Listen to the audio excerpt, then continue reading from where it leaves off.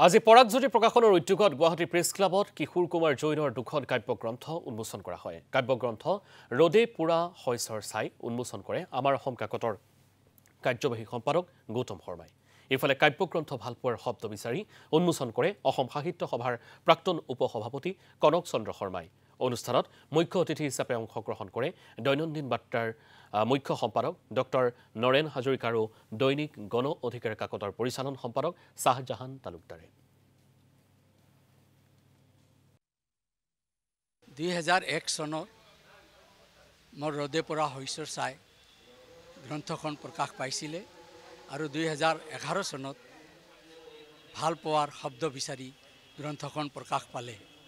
আজি এই দুইখন গ্ৰন্থৰ নতুন সংস্কৰণ মই উলিয়াবলৈ পাই সঁচাকৈ আনন্দিত হৈছোঁ।